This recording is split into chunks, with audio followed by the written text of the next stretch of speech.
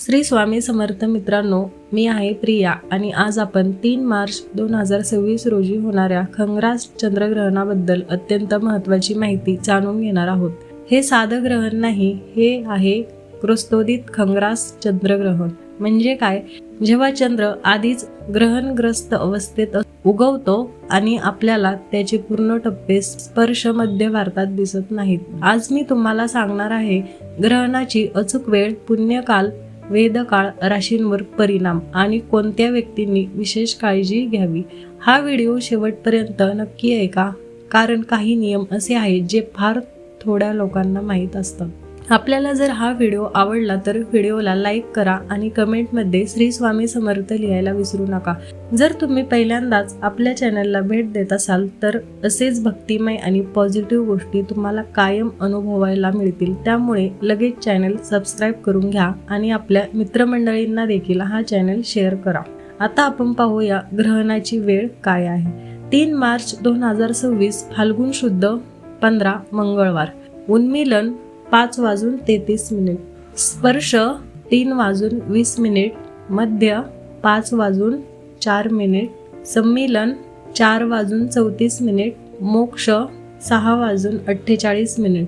तर भारतामध्ये हे ग्रहण ग्रस्तोदित आहे, म्हणजे चंद्र उगवेल तेव्हा तो आधीच ग्रहणग्रस्त असेल. भारताच्या बहुतेक भागात स्पर्श आणि मध्य दिसणार नाहीत, फक्त ग्रहणग्रस्त चंद्र उगवलेला दिसेल.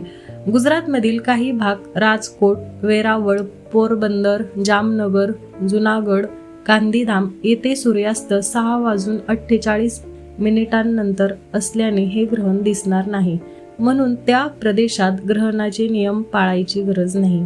तर पुढे आपण पाहूया ग्रहण पुण्यकाल. पुण्यकाल चंद्रोदयापासून म्हणजे आपल्या गावाच्या सूर्यास्तापासून मोक्षापर्यंत सायंकाळी 6:48 पर्यंत हा अल्प पुण्यकाल आहे. या काळात स्नान, देवपूजा, तर्पण, श्राद्ध, जप, होम आणि दान ही कृत्ये विशेष फलदायी मानली जातात. त्यानंतर आहे वेदकाळ. हे ग्रहण ग्रस्तोदित असल्याने 3 मार्च 2026 सूर्योदयापासून मोक्षापर्यंत वेद पाळावेत. काही परंपरांनुसार सकाळी 11 वाजेपासून वेद अधिक कडक मानले जातात. वेद काळात भोजन निषिद्ध, अन्न पदार्थ खाऊ नयेत, शक्यतो झोप घेऊ नये. मात्र आवश्यक असल्यास पाणी पिणे, मलमूत्रोत्सर्जन करता येते. वाल, वृद्ध, आजारी, अशक्त व्यक्ती आणि गर्भवती त्यांनी शक्य तितके नियम पाळावेत, पण आरोग्य महत्त्वाचे. त्यानंतर आहे ग्रहणातील कृत्ये. सूर्यास्त होता स्नान करावे. पूर्व काळात जप, ध्यान, दान याला विशेष महत्त्व आहे. पूर्वी घेतलेल्या मंत्रांचे पुरच्छरण चंद्रग्रहणात केल्यास अधिक फलदायी मानले जाते. ग्रहण मोक्षानंतर पुन्हा स्नान करावे. जर घरात अशौच असेल तरी ग्रहण कालात स्नान आणि दान करण्यापुरती शुद्धी मानली जाते. त्यानंतर आहे राशी परत्वे फल. शुभ फल मिथुन, तुला, वृश्चिक, मीन. मिश्र फल मेष, कर्क, धनु, कुंभ. अनिष्ट फल वृषभ, सिंह, कन्या, मकर. ज्या राशींना अनिष्ट फल आहे त्या राशींच्या व्यक्तींनी आणि गर्भवतींनी ग्रहण पाहू नये. विशेषतः कुंभ राशींसाठी हे ग्रहण थोडं अस्थिरता देऊ शकतं.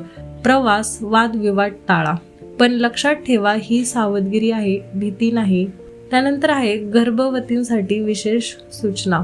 ग्रहण पाहू नये, घरातच राहावे, धारदार वस्तू वापरू नयेत, शांत मंत्र जप करावा. आईचे मन शांत असेल तर बाळ सुरक्षित राहते. कल्पना करा, संध्याकाळ होत आहे, आकाशात लालसर चंद्र उगवत आहे, निसर्ग एका वेगळ्या शांततेत आहे.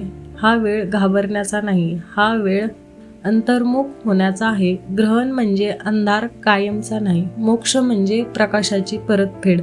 जसं चंद्र पुन्हा उजळतो तसंच आपल्या आयुष्यातील संकटही दूर होतात. तर मित्रांनो, ग्रहण ही परंपरा आहे, श्रद्धा आहे आणि निसर्गाचा अद्भुत खेळ आहे. नियम पाळा, पण मनात भीती नको. श्रद्धा, संयम, सकारात्मक विचार हीच खरी शक्ती आहे.